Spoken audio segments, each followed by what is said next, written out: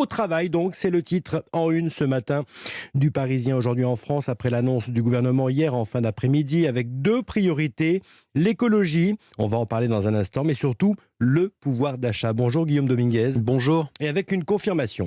Oui, celle d'un projet de loi sur le pouvoir d'achat. Elisabeth Borne a confirmé qu'il sera d'ailleurs le premier texte étudié par la nouvelle Assemblée nationale en juillet.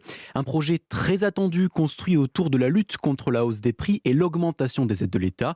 Une sorte de en même temps dans lequel le gouvernement veut maintenir le bouclier tarifaire sur les prix de l'énergie, la réduction des prix du carburant et mettre en place un chèque alimentation pour les foyers les plus modérés. Elisabeth Borne a également parlé d'une possible revalorisation des retraites et des minima sociaux avant la fin de l'année et l'augmentation de la prime Macron sur le pouvoir d'achat.